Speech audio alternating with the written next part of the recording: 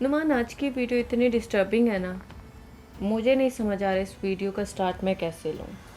बहुत सारे ऐसे टॉपिक्स होते हैं जो आते हैं और मेरी ख़ास तौर पर बोलती बंद करवा देते हैं। उनमें से एक टॉपिक ये भी है जो अभी कुछ टाइम पहले ही चलना शुरू हुआ है। कराची में 1.5 साल की बच्ची, नुमान 1.5 साल भी नहीं, 15 महीनों की बच्ची, 1.5 साल की बच्ची भी 18 महीनों की होती है। 15 महीनों की बच्ची के साथ एक 17 साल के लड़के ने ज्यादती की है। अनबिलीवेबल यार, एक 15 महीनों की बच्ची है वो, और उसके साथ ज्यादती की है। उसको पहले लेकर जाता है, जाकर उसके साथ ज्यादती करता है और मुर्दा हालत में लाके माँ को पकड़ा देता है। बच्ची की आखिरी सांसें चल रही होती हैं। असल में ये सारा दिमाग ख़राब किया हुआ है आजकल। ये जो वेबसाइट्स बच्चे देख रहे हैं, ऑब्वियसली वेबसाइट्स तो बड़ी टाइम से ये हैं, देख ही लेता है कोई भी।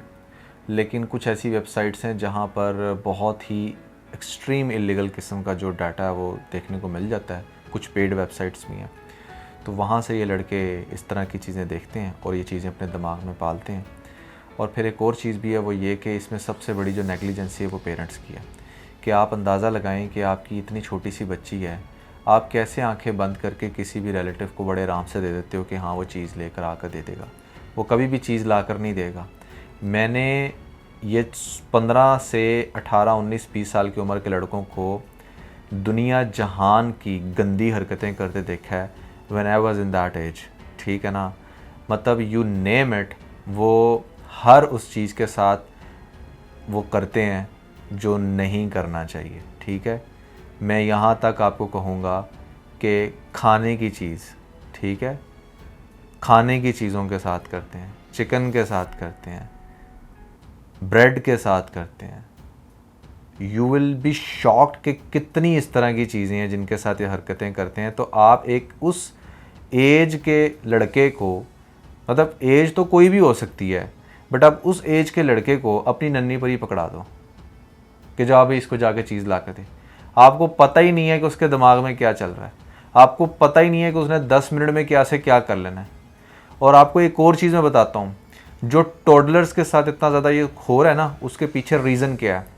नुमान, उस रीजंस के तरफ भी आते हैं, लेकिन एक बार ऑडियंस को हम लोग उस दिन की सारी स्टोरी बताते हैं कि बेसिकली उस बच्ची के साथ उस दिन हुआ क्या था। कराची का वाक़या, उस बच्ची का नाम एजल है, ठीक है। अपनी मदर के साथ वो अपने नान के जाती है, वहाँ पर जाकर रह रही होती है। फादर जो है इसका अपने सिटी में होते हैं, अपनी नान के आई होती है। तो इसकी माँ की फुप्पो जो है, इसकी मदर की फुप्पो, उसका आगे से एक बेटा है, ठीक है। कुछ लोग बेटा कह रहे हैं, कुछ लोग पोता कह रहे हैं। ये बेटा, ये पहले भी आता है, एजल को लेकर चीज़ दिलवाने जाता है, वापस माँ को लाकर बच्ची दे जाता है। उस दिन भी ऐसा होता है, एज यूजुअल वो आता है और आके एजल को उठाता है, 15 साल की वो बच्ची, और कहता है कि मैं इसको चीज़ दिलवाने लेकर जा रहा हूँ। लेकर जाते हैं, आधा घंटा गुजर जाता है, पौने घंटा हो जाता है, वापस नहीं आता। मदर को लगता है कि उसने लाकर यहीं की सुला दिया होगा। लेकिन कुछ टाइम बाद वो आता है, आकर बच्ची नीम बेहोश होती है, ला के माँ के हाथ में दे देता है। तो उस बच्ची के मुँह से उस बच्ची के माउथ से कोई लिक्विड निकल रहा होता है, ठीक है। और उसके साथ साथ उस बच्ची के कपड़े भी पूरे बहुत ज़्यादा डर्टी हो चुके होते हैं, भरे हुए होते हैं। तो उसकी मदर क्या करती है, उसको चेंज वगैरह करवा कर, माउथ वगैरह उसका वॉश करवा के उसको सुलाने की कोशिश करवा रही होती हैं, उसको देख रही होती हैं। लेकिन वो बच्ची कंटिन्यूसली वॉमिट करती जा रही होती है। जब ये चीज़ मदर को समझ नहीं आती तो वो क्या करती हैं कि वो उसको हॉस्पिटल लेकर जाती हैं। एक हॉस्पिटल लेकर जाती हैं, तो वहाँ पर जब भी उसका इलाज चलने ही लगता है, डॉक्टर्स देखने ही लगते हैं, तो बच्ची की वहाँ पे डेथ हो जाती है। मदर को कुछ समझ नहीं आता, वो अपने हस्बैंड को कॉल कर कर बुलाती है। जब डॉक्टर जो है उसका चेकअप करते हैं तो वो बताते हैं कि बच्ची के साथ ज्यादती हुई है, जिसकी वजह से बच्ची की तबीयत बिगड़ गई और बच्ची की डेथ हो गई। ये जो चीज़ है, ये फिर जब माँ को पता लगती है, वो अपने हस्बैंड को बुलाती है। ये लोग जो हैं पुलिस स्टेशन में रिपोर्ट दर्ज करवाते हैं। पुलिस वाले जो है उस लड़के को भी पकड़ लेते हैं। कुछ लोग कह रहे हैं वो 13 साल का, 14 साल का, नहीं, वो 17 साल का प्रॉपर एक लड़का है, समझदार लड़का है, वो कोई बच्चा नहीं है जिसने ये सारी हरकत की है।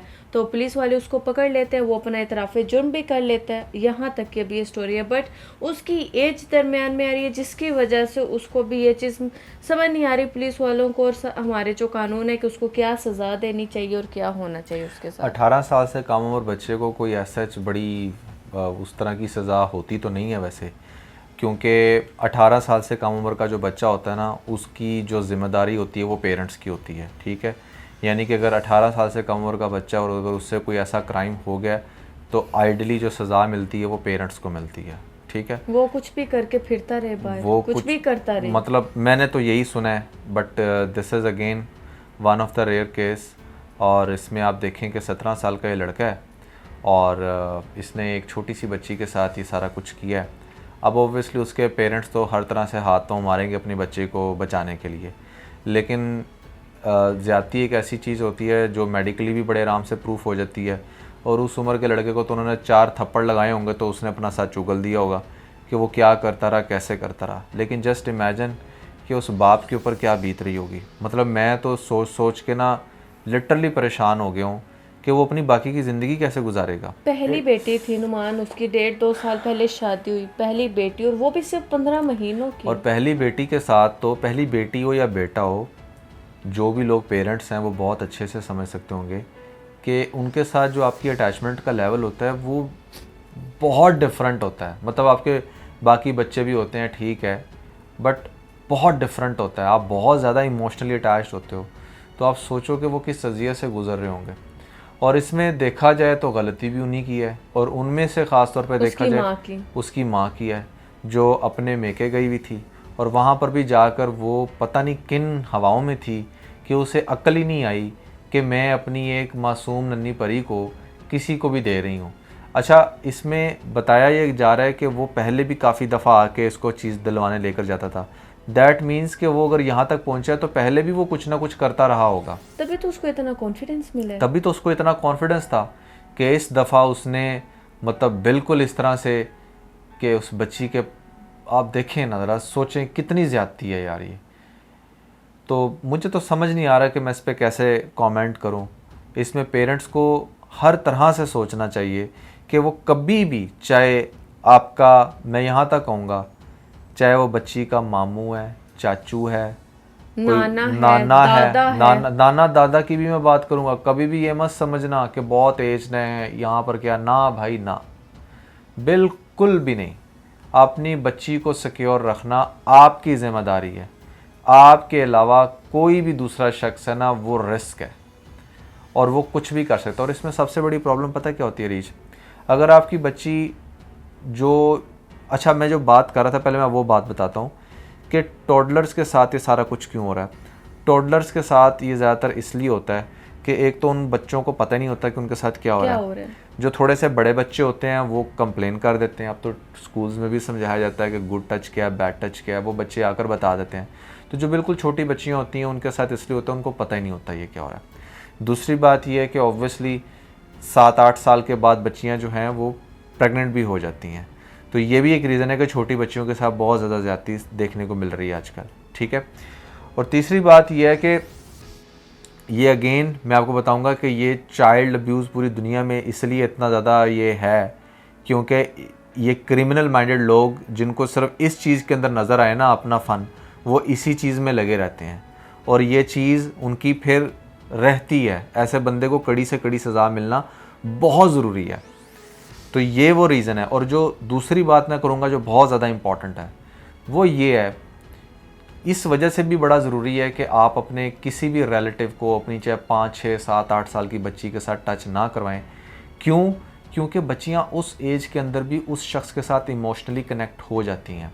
आपको ऐसा लगता होगा कि अभी तो ये 4 साल की है या 5 साल की है, 6 साल की है। नहीं भाई, आपकी 5 से 6 साल की बच्ची भी अपने किसी मामू, चाचू या फिर कोई और रिलेटिव या फिर कोई आपके साथ वाला मोहल्ले का बच्चा है या बड़ा है या कुछ भी है, उसके साथ वो इमोशनली कनेक्ट हो जाएगी। यस, उसे उतनी इन चीज़ों की अंडरस्टैंडिंग नहीं होगी, बट बाय द टाइम वो अपनी 12-13 साल की उम्र को हिट करेगी, you will feel the difference कि वो उसको किसी और नज़र से देखना शुरू होगी। इसलिए भी बहुत ज़रूरी है। और लास्ट में मैं ये बात कहना चाहूँगा कि भाई हम तो इसी चीज़ के कायल हैं और वो है home schooling. Home schooling is like crucial these days. आप मत भेजें भाई कहीं पर भी, कोई फ़ायदा नहीं है। आज के दौर में सबसे बड़ी जो यूनिवर्सिटी है ना, पहले मैं कहता था यूट्यूब है, मैं कहूँगा चैट जीपीटी है।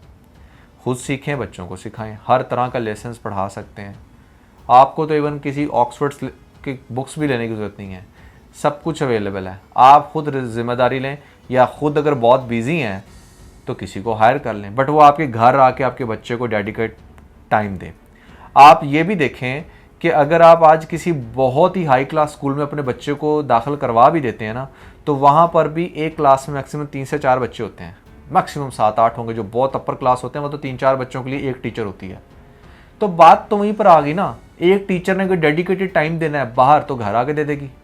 सोशलाइज का मसला है, भाई करवाएं ना, लेकर जाएं पार्क अपने बच्चों को, खुद भी थोड़ा सा काम से ऑफ लें, बनाएं अपने इस तरह के कनेक्शंस के बच्चे सोशलाइज करें।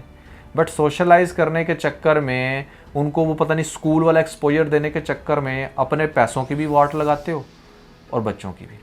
यहाँ पे सबसे पहले जो भी नुमान ने बात की कि स्कूल्स में गुड टच बैड टच के बारे में सिखाया जाता है, वो और टाइम था जब लड़कियों को स्पेसिफिकली कुछ पार्ट्स ऐसे होते थे जिनके बारे में गुड टच बैड टच सिखाया जाता था। बट मेरे अकॉर्डिंग आजकल की बच्चियों को कुछ सिखाना चाहिए ना, वो जस्ट आपको ये सिखाना चाहिए कि बेटा गुड टच सिर्फ ये है कि आपके हेयर को टच किया जाए। इनफैक्ट बॉडी के किसी भी पार्ट पे, इवन कि आपके हैंड पर भी टच हो रहा है ना, तो वो बैड टच है। कोई आपकी चीक्स को भी टच कर रहा है ना, तो वो बैड टच है। वो और टाइम था जब आप स्पेसिफिक पार्ट्स को काउंट करके बताते थे, बेटा this is a good touch and this is a bad touch. वो अब नहीं काम रहा। बच्चियों के लिए जस्ट गुड टच ये है कि उसके बाल को जस्ट ऐसे सर पे, जिसे हाथ फेरना कहते हैं, वो होता है। उसके बाद जो होम स्कूलिंग है वो बहुत ज़्यादा इंपॉर्टेंट है। वैसे भी तो आप फॉरेनर्स के कितने ट्रेंड्स को फॉलो करते हो ना, वहाँ पे कोई टिकटॉक वायरल हो तो यहाँ पे आप लोग अपने लिए बहुत बड़ी चीज़ समझते हो कि हमने उसको फॉलो करना ही करना है। जो वो लोग सुशीज़ वगैरह खा रहे हैं, हमने वो खाकर कूल बनना ही बनना है। तो आप लोग भी होम स्कूलिंग करवाओ, आप लोग डिफरेंस फील करोगे।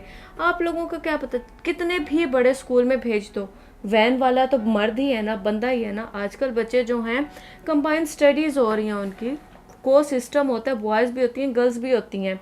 कब कहाँ पर किसका क्या माइंड ख़राब हो जाए। लड़कियां जब 4-5 साल की होती हैं ना, 6 साल की, तो उनमें इस टाइप की कम्युनिकेशन शुरू हो जाती है। अच्छा तुम्हें किसका पता है, ये पता है, वो पता है। वहाँ से भी बॉयज़ और गर्ल्स के आपस में कनेक्शन बनना शुरू हो जाते हैं। ख़ास तौर पर वो वाली उनकी एज होती है जब वो अपने पेरेंट्स का रूम को अभी अभी नया ताज़ा उन्होंने छोड़ा होता है। और कुछ बच्चों की तो मेमोरी इतनी शार्प होती है, इतनी तेज़ होती है कि उनको 2 से 2.5 साल का जो होते हैं ना लाइफ उनकी, वहाँ से उनकी मेमोरी होना शुरू होती है। इसलिए साथ में ये भी कहा जाता है कि बच्चों को जैसे आप फील करो कि आपका बेबी जो है, आपका बेटा है या बेटी है, कुछ चीज़ें याद रखना शुरू हो गया, आपने उसको जो लर्न करवाया था वो आप अगर महीने बाद भी सुन रहे हो तो उसको याद है, तो आप उसको बच्चे को आहिस्ता से अपने रूम से भी दूर करना, जो कपल्स हैं बच्चों को दूर करना शुरू कर दें। ये एथिक्स की चीज़ें हैं, ये स्कूलों में कोई टीचर्स नहीं सिखाती हैं। आजकल भी हमारे स्कूल्स इतने ओल्ड स्कूल्स हैं, इतने उनके ओल्ड थॉट्स हैं कि वो बच्चों को इंपॉर्टेंट थिंग्स नहीं सिखाती। और कोई ब्लंटली अगर ऑन मीडिया बोलता है तो उसको बेशरम बेहया जैसे टैग्स मिलते हैं, जो कि ऐसा नहीं होना चाहिए। आप लोगों की जिम्मेदारी है। आप लोगों ने बहुत जगह ये भी सुना होगा कि बच्चे बच्ची का सबसे पहले जो दरसगाह होती है ना, वो माँ होती है, माँ की कोख होती है, माँ की गोद होती है। आजकल अपनी थोड़ी सी बिजी स्केड्यूल की वजह से आप बच्चों को टाइम क्यों नहीं देते। चनुमान होम स्कूलिंग पे ना कुछ कमेंट औरतें ये भी करती हैं कि नहीं, एक माँ की जिम्मेदारी है तरबियत करना। माँ का इम्तिहान तो तभी है ना कि वो बच्चों को स्कूल भी भेजे, एक्सपोजर भी दे, और उसके बाद भी उनको लिमिट में रखे, उनका ख्याल रखे। तो ये कहाँ पर हो सकता है कि माँ घर में और वहाँ पर वैन वाला बच्ची साथ कुछ भी कर रहा हो। तो नुमान ऐसा एक केस हमने पहले भी डिस्कस किया था कि वैन वाला एक बच्ची को बिठाता था अपनी लैप में, क्या हो मैं तुम्हें गाड़ी चलाना सिखाता हूँ, और उसके साथ वो कंटिन्यूसली ज्यादती करता था और बच्ची आके घर में बताती थी। बट पेरेंट्स नहीं मानते थे कि नहीं तुम्हारे साथ तो ऐसा कुछ नहीं हुआ, तुम्हारे ये सिर्फ स्कूल ना जाने के बहाने। तो पेरेंट्स उन चीज़ों को ऐसे भी ले रहे होते हैं। असल मसला पता क्या है, मेरी बात ये बहुत सारी माओं को बुरी तो लगेगी, लेकिन सच्चाई यही है। बहुत सारी जो सुन रही है ना माएँ इस टाइम मुझे, इनको सिर्फ अपने बच्चों से जान छुड़वानी है। 4-5-6 घंटे के लिए जान छुड़े, जाएं सही बस घर से, हमें सुकून का सांस मिले।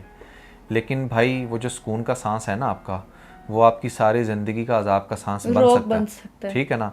तो आपने ये बात भी अपने जहन में रखनी है, पहली बात। दूसरी बात, स्कूल क्यों भेजना चाह रहे हैं आप? इसलिए कि तालीम मिले। और अगर मैं इसको इस एंगल से देखूं तो स्कूल स्टार्ट क्यों हुए थे, अगर आप इसकी बेसिस में जाएंगे ना, तो बेसिकली लोगों को नौकरी चाहिए होती थी, जिसकी वजह से लोग ये स्कूल सिस्टम आया कि अच्छा इतना पढ़ोगे तो ये बनोगे, उतना पढ़ोगे तो वो बनोगे, वो भी गवर्नमेंट जॉब्स। तो वो वहाँ से चीज़ आई। लेकिन अभी जो सबसे लेटेस्ट ट्रेंड्स है ना, अगर आप वाकई ट्रेंड्स को फॉलो कर रहे हो, तो वो जॉब्स का है ही नहीं है, क्योंकि जॉब्स होती ही नहीं है इतनी। इसलिए अब लेटेस्ट ट्रेंड्स ये हैं कि भाई बिजनेसेस की तरफ आएँ, और उसके लिए सिर्फ आपके पास राइट नॉलेज होना चाहिए, पहली बात। दूसरी बात, स्कूल जो सिर्फ एक ही अच्छा काम कर रहा है ना आज के दौर में, वो आप खुद भी करवा सकते हो।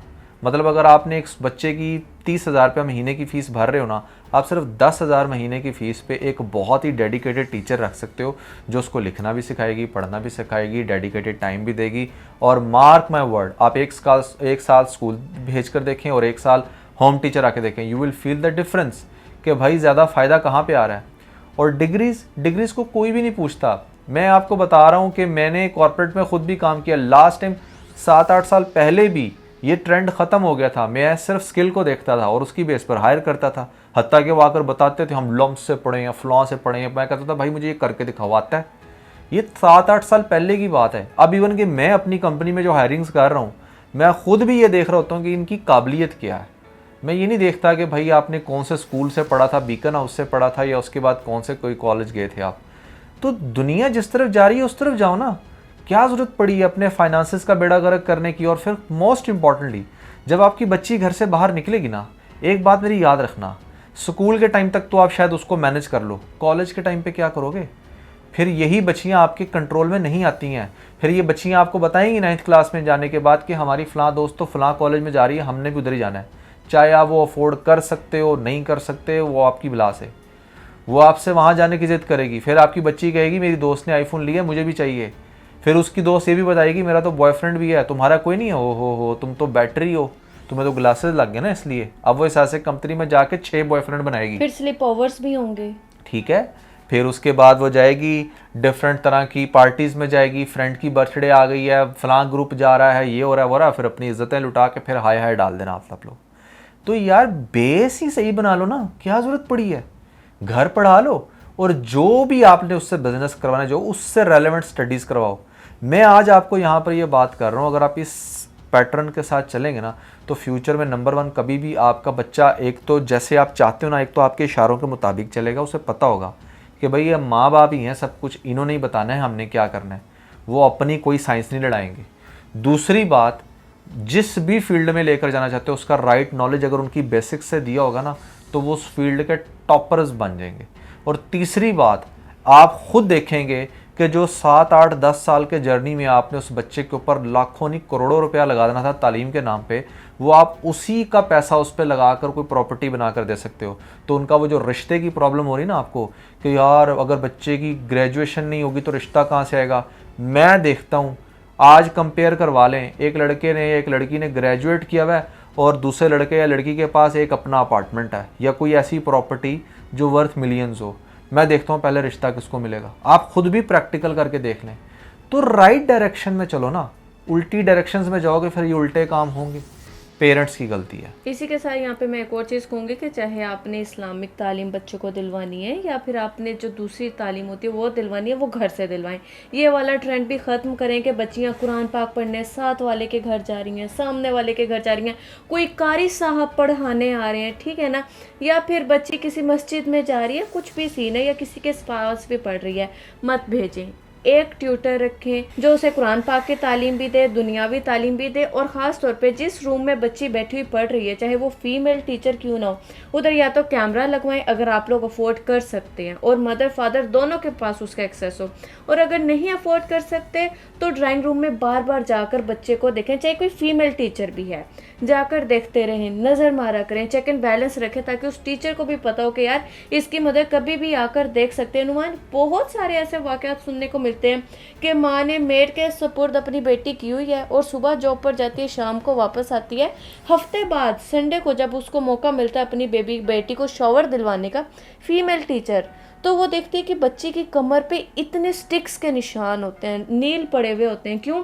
क्योंकि वो जब नहीं होती थी पीछे से वो उसे मारती थी, मार के डरा कर चुप करवा कर सुला देती थी। बच्चा डर के घंटों घंटों सोया रहता है। तो आप लोग चेक एंड बैलेंस रखा करें, ये बहुत ज़्यादा ज़रूरी है। और ख़ाली हम लोग ये चीज़ें कहते नहीं हैं, हम लोग हमेशा वो किसी चीज़ को उस चीज़ पर लेक्चर देते हैं या उस चीज़ की नसीहत करते हैं जो हम लोग खुद भी प्रैक्टिकल कर रहे हो। हमारी भी 2 बेटियां हैं, हम भी बड़ा ना सिक्योर होकर चलते हैं, बड़ा कॉन्शियस होते हैं, मतलब कि कहते हैं ना, माँ बाप की दो आंखें सामने होती है, दो पीछे होती है, वो अपनी आंखें खुली रखते हैं हर वक्त। अच्छा यार, हमारे सराउंडिंग्स में क्या हो रहा है। हमने बहुत सारे लोगों को हमारी बहुत सारी चीज़ें बुरी भी लगती हैं कि नहीं, आप लोगों को पता है कुछ चीज़ों पे अमल करके हम ना बैड पेरेंट्स बने हुए हैं कि अच्छा बेटियों पर इतना कॉन्शियस रहते हैं, हर एक के हवाले नहीं बेटियां कर देते, हमारी बेटियों को तो जी फलां कज़न या इधर उधर आने जाने की परमिशन नहीं है, उसके बाद काजल नहीं लगाते, ये नहीं करते, सिक्के नहीं पहनाते, पता नहीं क्या कुछ नहीं हमारे ऊपर चीज़ें बनी हुई। बट हमें पता है कि हम एक राइट डायरेक्शन में चल रहे हैं, हम सोशल मीडिया के सारे सोशल इश्यूज़ को देखते हैं और हमें अच्छे से आइडिया के कैसे चलें। और हम लोग भी चाहते हैं कि यार आप लोग भी अपनी इन फूल जैसी खूबसूरत सी बच्चियों का ऐसे ही ख्याल रखो, 4 पैसे एक्स्ट्रा लगा लो बट उनकी इज्जत की, उनकी जान की हिफाजत करो। सो लॉन्ग स्टोरी शॉर्ट, अगर आपके बच्चे के साथ कभी भी खुदा ना खास्ता कुछ भी हुआ, उसको सपोर्ट करें, तो आप उसके अंदर देखें आपकी नेग्लिजेंसी होगी, ठीक है। सो इन चीज़ों का आपने ज़रूर ख्याल रखना है और प्लीज़ अपने बच्चों की केयर करें, चाहे कदर बेटा करें। है या बेटी है, दोनों की। सो यार that was everything about this video. इसके साथ अपना बहुत सारा ख्याल रखें। खुदा हाफिज़।